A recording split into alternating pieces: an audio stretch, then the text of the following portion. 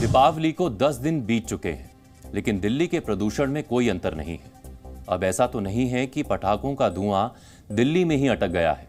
हम भले ही प्रदूषण को लेकर पटाखों को दोष दें, लेकिन सच्चाई यही है कि दिल्ली के प्रदूषण के जो हालात हैं, उसके लिए पराली का जलना, वाहनों और फैक्ट्रियों से निकला धुआं सबसे बड़े कारण हैं।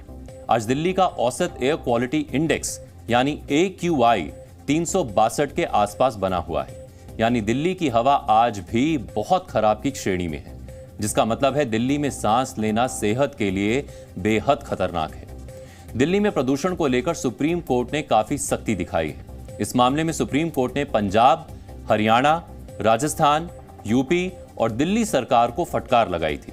खास तौर से प्रदूषण पर नियंत्रण के प्रयासों को लेकर इन राज्यों से जवाब तलब किया गया था।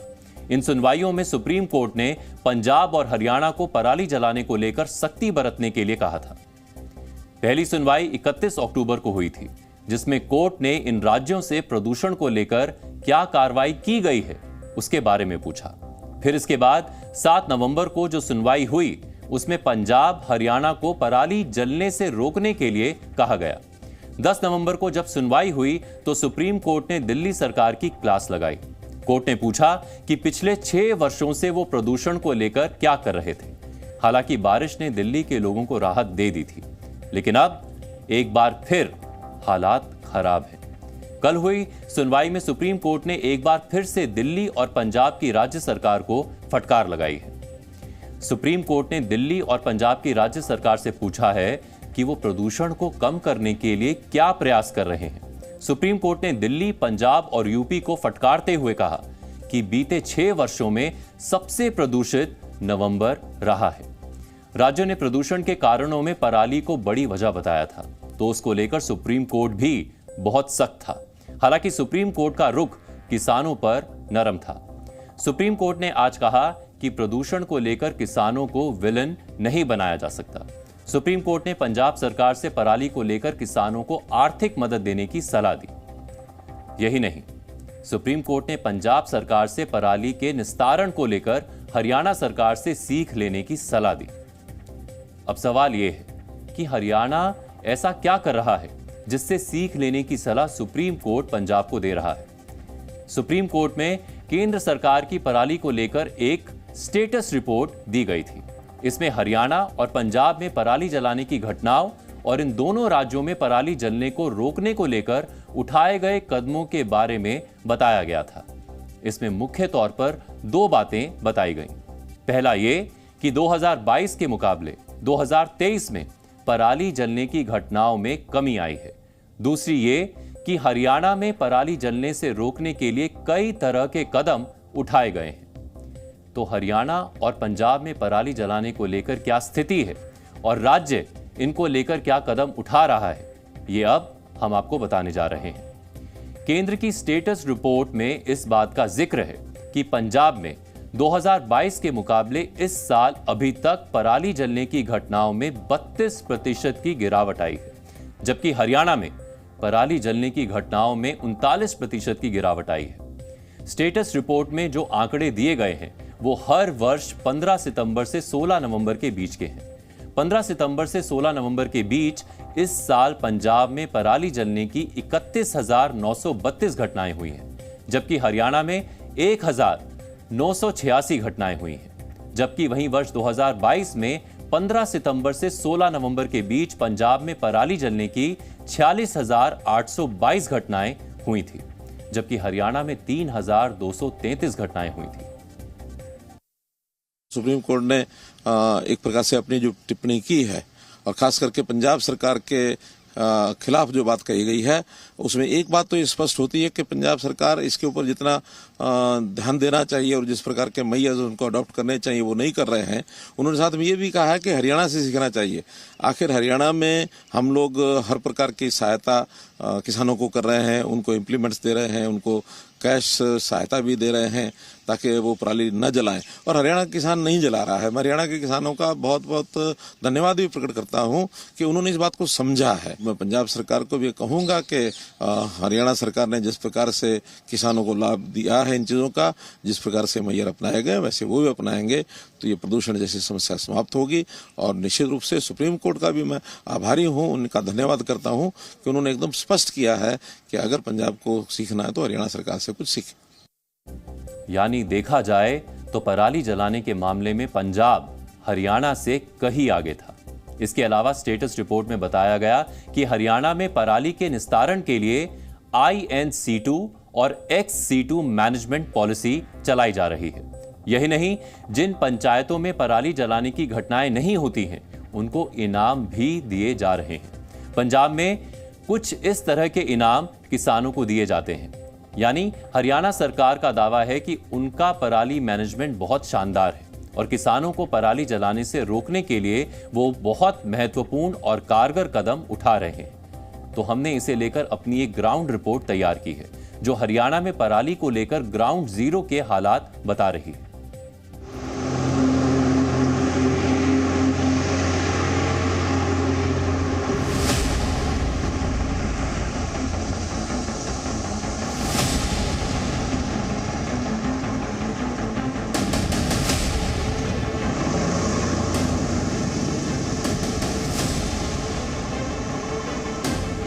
पराली जलाने के मामले में अगर हरियाणा पंजाब के लिए उदाहरण है तो फिर ये क्या है?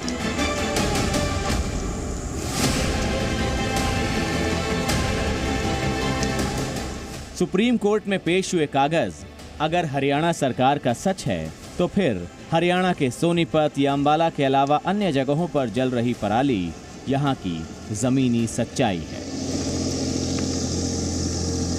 पूरे उत्तर भारत में पराली न सिर्फ सरकारों की समस्या है बल्कि सुप्रीम कोर्ट भी इसके ऊपर कड़े वक्तव्य दे चुकी है और सरकारों से इस पर कड़ाई करने के लिए आदेश दे चुकी है। लेकिन तस्वीरों में आप देखिए, इस समय हम लोग हरियाणा के सोनीपत में मौजूद हैं और ये तस्वीर है सोनीपत की। ईस्टर्न पेरिफेरल एक्सप्रेसवे के बगल में ये खेत है और गांव के अंदर आप देख सकते हैं कि किस तरह से खेत में दिन के उजाले में पराली धधक रही है। अब ऐसे में आइए आज चलते हैं और जरा किसानों से पूछते हैं कि आखिर वो क्या कारण है जिसकी वजह से सरकारी सख्ती से लेकर सरकारी इंसेंटिव तक के वादों के बाद और वो इस पराली को जलाने से बाज नहीं आ रहे हैं। सुप्रीम कोर्ट ने हरियाणा और पंजाब सरकारों को अपने यहाँ पराली जलने से रोकने का टास्क दिया था। यही नहीं, उन्होंने इस टास्क को कितना पूरा किया इसकी रिपोर्ट भी मांगी थी। रिपोर्ट में अच्छी अच्छी बातें कही गईं, लेकिन भारत सरकार के इंडियन एग्रीकल्चर रिसर्च इंस्टीट्यूट की ओर से जारी किए गए आंकड़ों के मुताबिक 8 नवंबर से 12 नवंबर तक यानी 5 दिनों में पंजाब में पराली जलाने की 3,739 घटनाएं सैटेलाइट में कैद हुई हैं। वहीं हरियाणा में 198 और उत्तर प्रदेश में पराली जलाने की 377 घटनाएं सामने आई हैं। यानी सुप्रीम कोर्ट की सख्ती के बाद कागजों पर तो खूब कार्रवाई हुई है, लेकिन जमीनी हकीकत उससे अलग है। सुप्रीम कोर्ट ने पराली के मामले में किसानों को विलेन न बनाने के लिए कहा। दरअसल इसका इलाज किसानों से ज्यादा सरकार के पास होना चाहिए। पराली के मामले में किसानों की मजबूरी कोई नहीं समझता। महंगी मशीनें, बायोडिकम्पोजर लाने की बातें सलाह के तौर पर कह दी जाती हैं, लेकिन इसका खर्च कौन उठाएगा, कैसे उठाएगा, इसका जवाब कोई नहीं देता। उस दवा में क्या असर है, उस दवा से क्या असर है, पिछले साल घेर के भी देखी, कोई रुझान नहीं है उसका। ये खोखले दावे हैं सरकारों के, कुछ नहीं है। देखो कंपनी से पैसे हड़प लिए जाते हैं, उसका एक खोखला दावा है। जब जैसे डालते हैं इसके ऊपर तो मतलब क्या होगा? कुछ नहीं होता। अच्छा, कुछ नहीं। पराली जलने से रोकना है तो सरकार को खुद आगे आकर किसानों से पराली लेनी होगी। घर घर जाकर जैसे कूड़ा इकट्ठा किया जाता है, वैसे ही पराली का परमानेंट इलाज यही लग रहा है। सोनीपत के किसान खुशीराम ने पिछले साल का उदाहरण दिया। उनके मुताबिक पिछले साल सरकार पराली खरीद रही थी, इसीलिए कम जली थी। पिछली साल चलाया भी था ये सीजन। वो बनाते थे, पोले गट्ठे से बनाते थे, और गट्ठे बना करके फिर अब इस बार वो कोई तकनीकी आई नहीं। अच्छा, कोई नहीं खरीदने आया इस बार? ना, इस बार कोई नहीं खरीदने आया। हरियाणा सरकार किसानों को पराली काटने वाली मशीन खरीदने पर 80% सब्सिडी देती है, लेकिन इस मशीन को अपने खेत में पराली काटने के लिए चला रहे अशोक चौहान की माने तो मशीन सब्सिडी के बाद भी काफ़ी महंगी पड़ती है और छोटे किसानों की पहुंच से बाहर है। ऐसे में पराली जलाना ही किसानों के पास एकमात्र सस्ता विकल्प रह जाता है। मशीन से कटे धान पर तो ये पराली वाली मशीन ठीक से काम भी नहीं करती। पराली जो कंबाइन काटती है ना, उसके पीछे जो ज़्यादा पराली गिर जाती है वो इसके बस की बात नहीं है मशीन की। अच्छा, उसमें किसान मजबूर है। अच्छा। और दूसरी बात यह है, हर किसान तो इसको ले नहीं सकता, क्योंकि इसमें ट्रैक्टर कम से कम 55-60 हार्स पावर का ट्रैक्टर चाहिए। अच्छा। ट्रैक्टर भी वजनदार चाहिए। हाँ। मशीन में वजन ज़्यादा है, हाँ। ट्रैक्टर में वजन कम हो जाता है। अच्छा। ट्रैक्टर को बार बार उठाती है ये।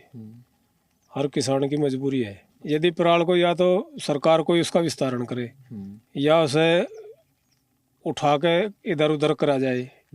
उठाने का इतना टाइम किसान के पास होता है नहीं, और उसमें मजदूरी ज़्यादा लगती है। उसका कोई और उपाय है ही नहीं उसको उठाने का। किसानों की तरह ही पर्यावरण विशेषज्ञों की माने तो पराली संकट के लिए किसानों से ज्यादा जिम्मेदार राज्य सरकारें हैं। पराली संकट को रोकने के लिए सरकारों को ही ऐसे उपाय बनाने होंगे जिससे खुद किसान ही पराली जलाना छोड़ दें। अगर हमें इस समस्या का उन्मूलन चाहिए तो या तो सरकार को ऐसी कोई योजना बनानी पड़ेगी कि पराली जो है उसको वहां से किसानों से इकट्ठा करने का वही काम करे। अगर खरीद सकती है तो बहुत बेहतर है, नहीं तो अगर खरीद नहीं भी सकती तो वो सारा परिश्रम और जो उसमें लेबर लगता है उसका पैसा कम से कम दे, या वो किसानों को सब्सिडी दे। पराली जलना प्रदूषण का एक बड़ा कारण है, हालांकि ये इकलौता कारण नहीं है। यहाँ ये भी समझना होगा कि पराली जलाना किसानों का शौक नहीं है, उन्हें भी पराली के धुएं से समस्या है, लेकिन वो ये भी जानते हैं कि उन्हें पहले तो फसलों की कीमत कम मिलती है, उस पर भी पराली के लिए महंगी मशीनें खरीदना उनके बजट से बाहर है, तो इसीलिए जलाना उनके लिए एक बेहतर उपाय साबित होता है। तो इससे ये समझ में आता है कि इस समस्या का हल राज्य सरकारों के पास ही है। पराली की समस्या राज्य की समस्या है और राज्य सरकार को ही इससे निपटने के प्रयास करने होंगे। सुप्रीम कोर्ट हरियाणा सरकार को फटकार लगा चुका है। सुप्रीम कोर्ट ये भी कह चुका है कि पराली अगर जलेगी तो वो उसकी जिम्मेदार राज्य सरकार होगी, जिला प्रशासन होगा। लेकिन फिर भी आप देख लीजिए कि किस तरह से आग भी जलाई जा रही है और ये नेशनल हाईवे से दिख रही है। तो आप देख लीजिए कि किस तरह से दिन के उजेले में पराली जल रही है। सरकारी प्रशासन पूरा सुस्त बैठा है और सुप्रीम कोर्ट के आदेशों का, सुप्रीम कोर्ट की फटकार का कुछ इस तरह से उल्लंघन किया जा रहा है। कैमरा पर्सन राहुल राय के साथ शिवांक मिश्रा, जी मीडिया, हरियाणा। जी न्यूज़।